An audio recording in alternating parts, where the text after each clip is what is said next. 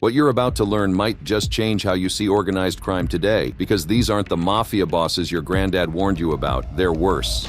From Laboro, Barney Balomo, who climbed back to the top of the Genovese family after a federal prison stint, to Michael Mancuso, the man who ordered a mob hit while still behind bars, to Larry Hoover, whose influence over the gangster disciples still causes ripples from prison to the pavement. Each of these mafia bosses have one thing in common: they're still calling shots and they're not done yet.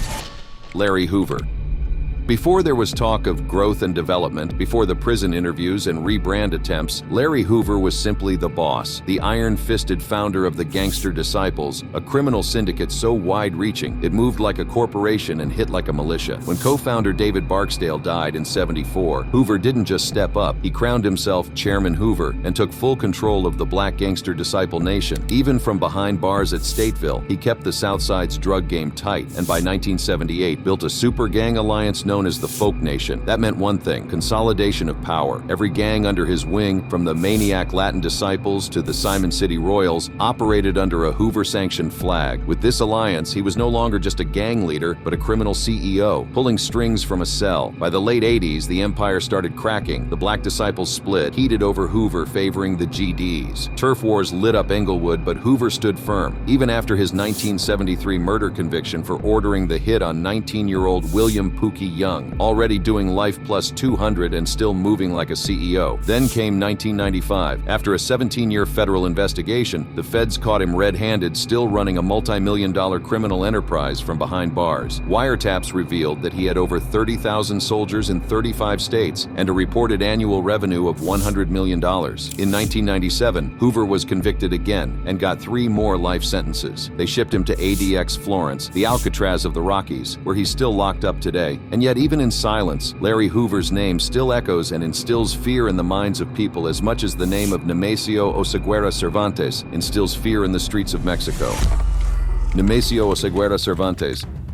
There are drug lords, and then there's El Mencho. This ex-cop turned cartel boss flipped the script on what it meant to be a kingpin in Mexico. While the world was still talking about El Chapo, El Mencho quietly built an empire so violent, so well-financed, and so strategically brutal that even seasoned lawmen call him the most dangerous man alive. El Mencho didn't start out swinging. He spent time in the U.S. during the 1980s, got caught for heroin trafficking, served time, and was deported back to Mexico. That prison stint would have slowed down most, but not this guy. He came back leaner, meaner, and with a clearer vision of the drug world. After linking up with the Milenio cartel, he proved himself loyal, lethal, and smart. But when that group started cracking under pressure, he did what all great villains do, took control of the ashes, and built his own empire, the Cartel de Jalisco Nueva Generacion, CJN. What makes El Mencho a standout among cartel leaders isn't just the billions he's made or the scale of his operations, it's the sheer force behind it. His cartel doesn't just smuggle cocaine, meth, and fentanyl across continents. They take on the Mexican government head on. When his son was arrested in 2020, CJN soldiers blocked roads with burning vehicles and shot at police helicopters. When his daughter was caught laundering money, the cartel didn't back down. They doubled security and went radio silent. That's the kind of retaliation law enforcement expects from warlords, not drug traffickers. And yet, he's still free, still running things, still deadly with a bounty on his head that was raised from $10 to $15 million. While most cartel bosses flame out, El Mencho's still playing the long game, hiding somewhere deep in the mountains, protected by a private army and revered by loyalists. He's not just a drug trafficker, he's a narco mastermind with a shadow government and a ghost-like presence. While the ghost-like presence of Nemesio is enough to make the whole nation of Mexico shake with fear, this next mafia boss ruled the streets of Rome with fierce precision and strategy. Maurizio Abatino. While Sicily had the Cosa Nostra and Naples had the Camorra, Rome had Maurizio Abatino, the criminal strategist behind one of the most violent and fast-rising mafia syndicates Italy has ever seen, the Banda della Magliana. Abatino wasn't just another boss, he was built differently. What started with petty crimes turned into a masterclass in underworld strategy. In prison, he linked up with like minds, and by the late 1970s, they birthed the Banda della Magliana, a gang with vision and violence in equal measure. They weren't just slinging drugs. Under Abatino, they ran arms, laundered millions, fixed games, snatched hostages, hostages, and even dabbled in politics. But power breeds paranoia. The crew started eating itself alive. After dodging a hit from his own people, Abatino made the ultimate plot twist. He flipped. In 1992, he became a pentito, a state witness. His confessions exposed the banda's deepest secrets, named names, and unraveled criminal ties between the mafia, politics, finance, and law enforcement. Thanks to Abatino, Rome got a peek at just how deep the rabbit hole went, and it was darker than anyone imagined. But here's the twist. Even though his testimony tore down what was left of the Banda della Magliana, it also secured his own twisted legacy. Because while he turned snitch, Abatino remains infamous, not just as a mafia boss, but as one of the rare criminal architects who understood that power wasn't just about violence, it was about networks. And he built one so vast it made Rome shake. Today he lives under witness protection, but to the underworld, Maurizio Abatino will always be remembered as the man who helped turn the Eternal City into a battlefield of blood, betrayal, and billions. While Abatino's reign turned Rome into a war zone, Dominico Violi's reign showed a different kind of deadly ambition, where power plays and dangerous claims made him a force not to be underestimated. Dominico Violi.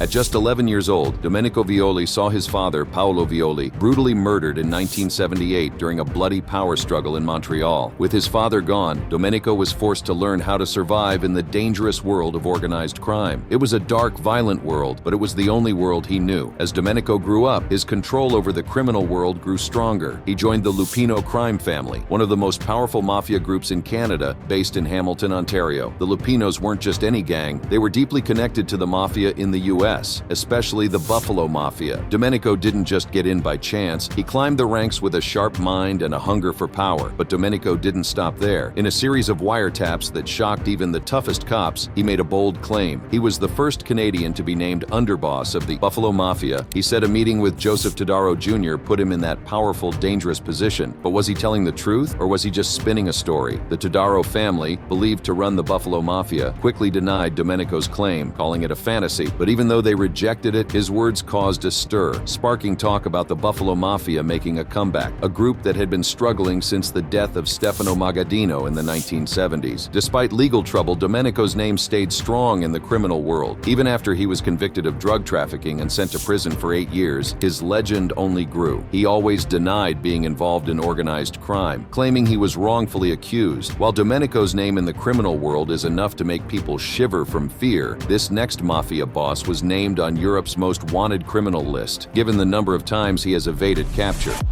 Giovani Motici.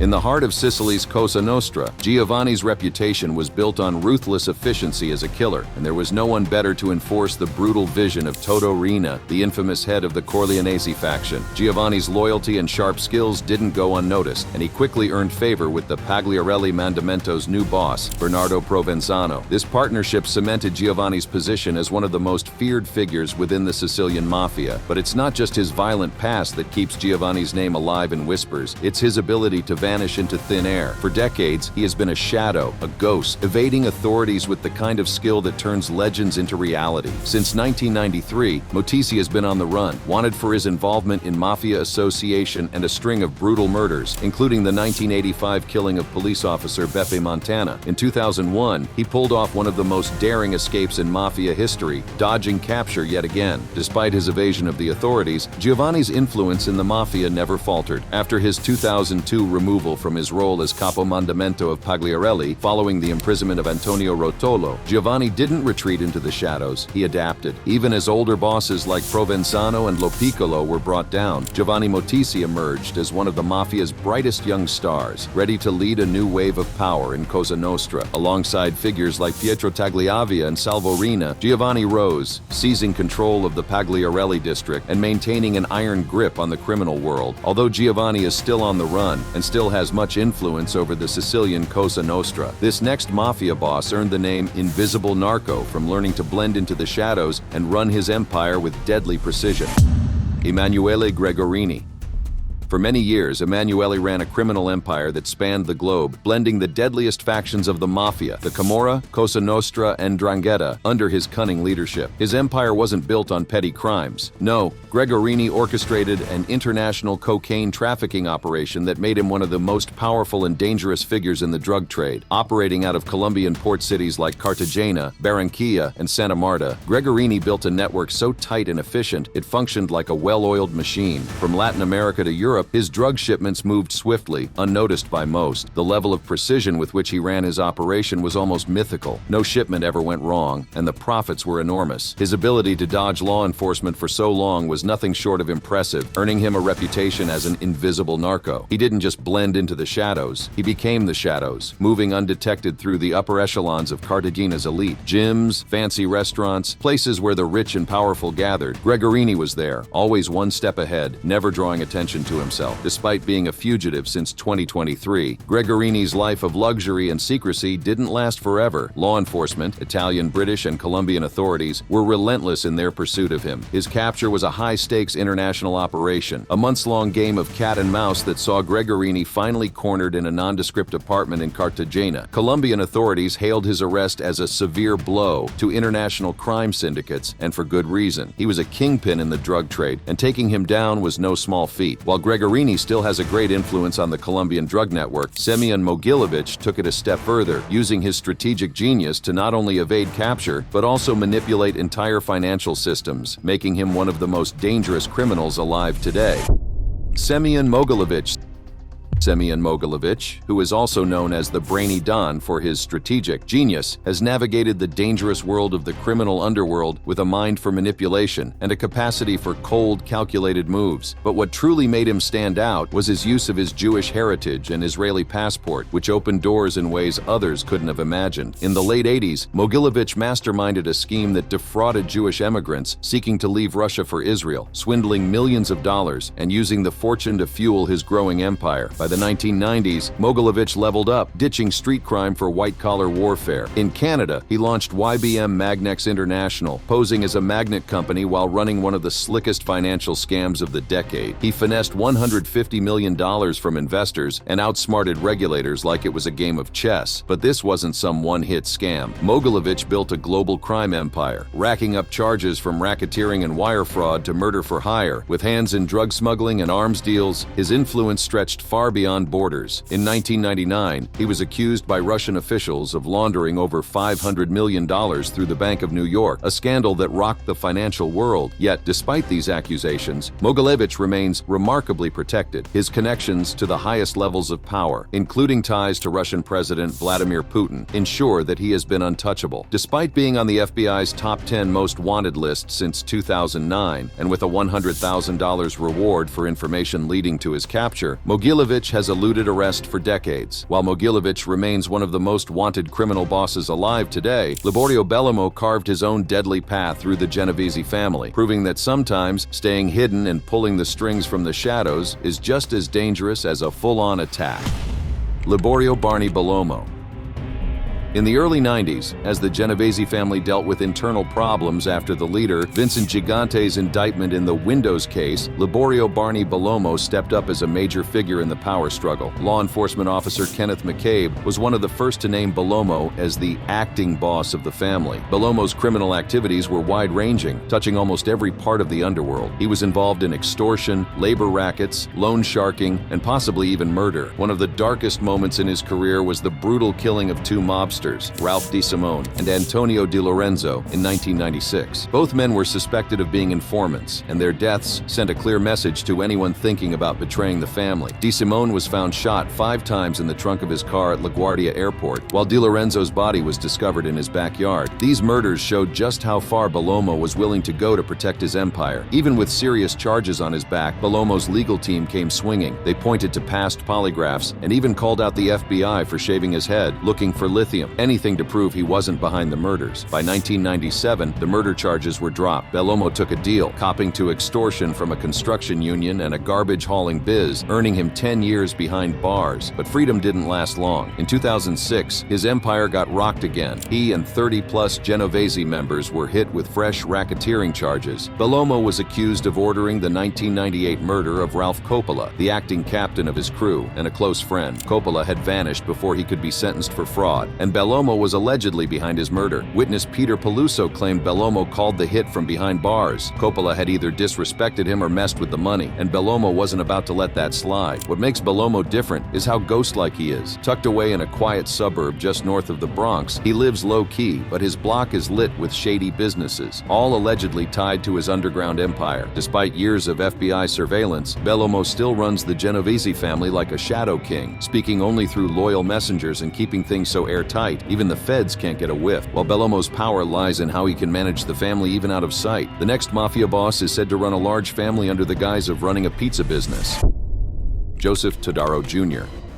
Many mafia families adopt different schemes to keep their operations hidden from the cops. Federal authorities have long suspected Joseph Tadaro of being the head of the Buffalo Mafia, one of the most powerful crime families in the country. These suspicions are backed up by court documents and testimonies linking Tadaro to organized crime activities. However, Tadaro took things even further, hiding his criminal operation under the guise of running a pizza business. Under his leadership, the pizza business, La Nova, became a local landmark, employing over 150 people and bringing in an estimated $30 million each year. The pizzeria even became an official sponsor of popular local sports teams, like the Buffalo Bills and the Buffalo Sabres, making its name more recognizable than ever. Robert L. Boreanaz, a longtime lawyer for the Tadaro family, has defended him, arguing that Tadaro has been unfairly targeted because of his Italian background. Boreanaz points out that back in the 1970s and 1980s, the Tadaro family was heavily surveilled by the government, with wiretaps and informants trying to uncover evidence of criminal activity. Despite the growing accusations, Tadaro denies any involvement in organized crime. He calls the claims nonsense and has even publicly denounced drug activity, calling it the root cause of many of his community's problems. Tadaro insists he's just a hard-working businessman, following in his father's footsteps and dedicating himself to the pizza business. Despite all these efforts, Tadaro has never been convicted of a crime, leading some to believe that the charges against him are based on bias rather than real evidence. While Tadaro's ability to keep his criminal empire cloaked under the guise of a legitimate business is impressive, Giani Nichi built such a fierce name for himself and the Pagliarelli Mandamento that it had them on the law enforcement radar for the longest time possible.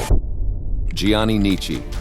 In 2006, Antonio Rotolo was arrested during Operation Gotha, a huge raid that took down many top mafia bosses. With Rotolo behind bars, Giani Nichi stepped into the role of reggente, or leader, of the Pagliarelli Mandamento in Palermo. This move made him a key player in the mafia's world, with his influence growing more powerful each day. Under Nichi's leadership, the Pagliarelli Mandamento grew even stronger. He expanded the mafia's power by making deals with other crime families, including the Gambino family in New York. Together, they ran drug operations and laundered their illegal money through real estate in the United States, making their criminal empire even bigger. However, Nichi became locked in a violent feud with Salvatore Lo Piccolo, another powerful mafia boss, over control of territory in Palermo. The Lo Piccolo family had been fighting for control after the exiled Inzerillo family returned to the area. Nichi was ordered to take out Lo Piccolo and his son Sandro, but when Rotolo was arrested, it left Nichi vulnerable to attack. However, luck was on his side. In 2007, Lo Piccolo and his son were captured, which removed Nichi's biggest threats. With them out of the way, Nichi quickly solidified his power in Palermo. He was seen as a sharp, ambitious young man ready to lead the mafia into a new chapter, but law enforcement wasn't far behind. In 2008, Nichi was convicted in absentia, sentenced to 18 years for his role in Operation Old Bridge, a crackdown on drug trafficking tied to the Gambino family. Despite his conviction, Nichi managed to stay out of reach for a while, continuing to control the mafia from the shadows. It wasn't until December 5, 2009, that police finally caught up with him. He was arrested in Palermo and sent to a high-security prison under the strict Article 41 bis regime. But even behind bars, Nichi's influence remains strong. While Giani Nichi is still a very respected name in the Palermo Mafia family, this next mafia boss ran the show of the Bonavota clan in the scene and behind the scenes. Pasquali Bonavota.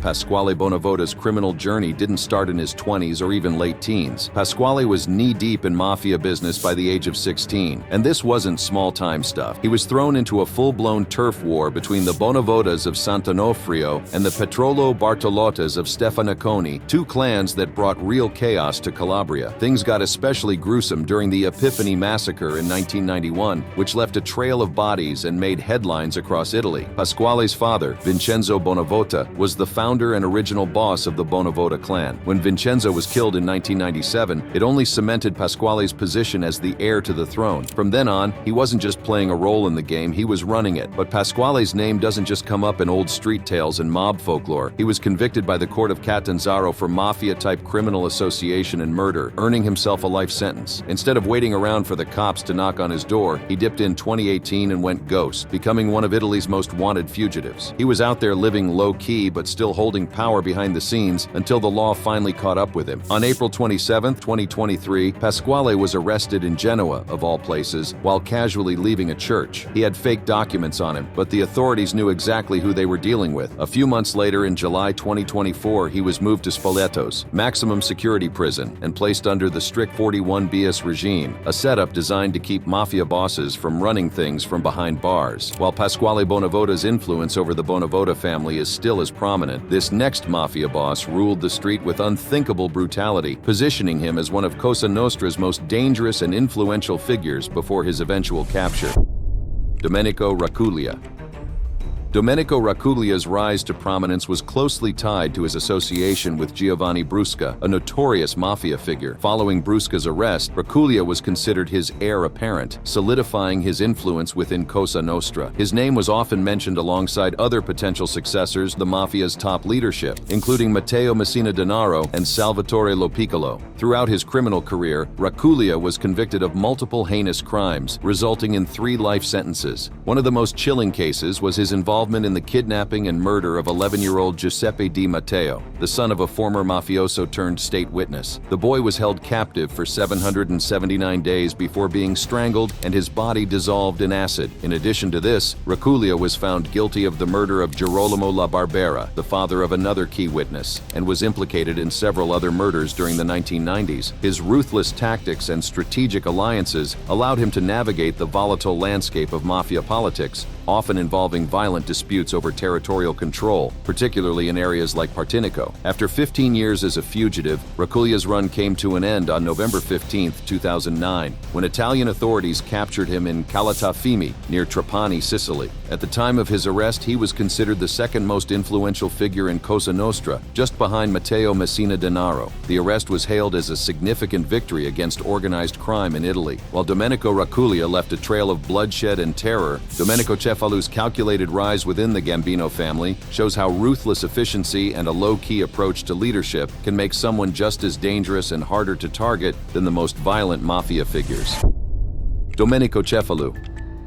When Dominico Cheffelu moved to the U.S., he became part of the Gambino crime family, one of the 5 families that dominate organized crime in New York. Cheffelu quickly rose through the ranks, earning the trust of the leadership due to his quiet demeanor and ruthless efficiency. By the early 1980s, he had become a capo regime, overseeing operations in Queens and Brooklyn, particularly controlling the Sicilian faction known as the Zips. He was convicted of heroin smuggling in 1982 and served 6 years in prison, but his time behind bars only solidified his position within the family, and upon his release, he wasted no time resuming his criminal activities, expanding the family's control over various illicit businesses, including extortion, illegal gambling, and narcotics trafficking. Cheffelu was known for being careful and keeping a low profile, which made him less of a target for law enforcement while maintaining power over the family. In the 2000s, with the imprisonment of Peter Gotti, the Gambino family faced a leadership vacuum. Cheffelu stepped in as underboss, then took over as the family boss by 2011 after a brief period of turmoil following Gotti's conviction. As boss, Cheffelu's approach was less flashy than his predecessors, marking a return to more traditional mafia operations. He kept a tight grip on the family's activities, ensuring they remained profitable while avoiding major law enforcement scrutiny. Though he was indicted on racketeering and extortion charges in 2008, Cheffelu's ability to maintain a low profile helped him avoid significant prison time. He pled guilty and received a reduced sentence, demonstrating his knack for navigating legal battles while continuing to control the family from behind the scenes. Cheffelu's ability to operate quietly and efficiently made him one of the deadliest and most influential figures in organized crime. Although Dominico Cheffelu is not actively running the show of the Gambino family from the forefront, the next mafia boss has managed to keep the legacy that Domenico had built for the family. Lorenzo Manino. Lorenzo Manino was drawn to the underworld from a young age. By his teenage years in the mid-1970s, he was already collecting debts for the Gambinos, quickly ascending through the ranks due to his tenacity and strategic mind. Serving as a captain, Manino has played a significant role in the family's operations. In 1994, Manino's criminal activities culminated in a conviction for drug trafficking and the orchestrated murder of Francesco Oliveri in 1988. He received a 15-year prison sentence and was released in 2004. A 1993 trial involving prominent family members, including John and Joseph Gambino, ended in a mistrial, but Salvatore "Sammy the Bull" Gravano's testimony highlighted Manino's deep involvement in the family's illicit operations. Post-incarceration, Manino's influence within the Gambino family intensified. He became a trusted caporregime under Dominico Cheffelu, overseeing significant operations in Brooklyn. Following the assassination of acting boss Frank Colli in 2019, Manino briefly assumed the role of front boss. However, by 2021, it became evident that Cheffelu remained the official boss, with Manino serving as street boss and consigliere, maintaining a low profile to evade law enforcement. In June 2024, 17 members and associates of the Gambino family, including figures like Manino, were indicted for operating illegal sports gambling and loan sharking operations. The indictment highlighted the family's ongoing involvement in traditional rackets and underscored Manino's central role in its activities. Despite his criminal activities, Manino has managed to maintain a low profile, rarely appearing in public and keeping his personal life private. While Manino's influence is deeply rooted in the Gambino family's operations in Brooklyn, the next Mafia boss's power stretched across a wider network of criminal activities, taking down everyone who seemed like a hindrance in his line of power. Michael Manusco. Before aligning with the Bonanno family, Mancuso was associated with the East Harlem Purple Gang in the early 1980s. In August 1984, he fatally shot his wife, Evelina, leaving her body outside Jacobi Hospital in the Bronx. He pleaded guilty to manslaughter and received a 10-year prison sentence. By 2004, Mancuso had risen within the Bonanno family's ranks, appointed as acting underboss by Vincent Basciano. Following Basciano's imprisonment in late 2004, Mancuso assumed the role of acting boss. In February 2006, he was arrested for ordering the murder of associate Randolph Pizzolo in November 2004, a directive from Basciano. The murder was executed by soldier Anthony Ace Aiello. Both Mancuso and Aiello pleaded guilty in August 2008, leading to Mancuso's 15-year sentence. While incarcerated, Mancuso's influence persisted. In June 2013, he was officially designated as the Bonanno family's boss. He managed the family's operations through associates and underboss Thomas Di Fiore. Upon his release from prison in March 2019, Mancuso continued his leadership. However, in March 2022, he was arrested for allegedly violating supervised release terms by associating with known criminals. He was subsequently sentenced to 11 months in prison in July 2023, with release in July 2024. Click on one of the cards on your screen to see more videos like this.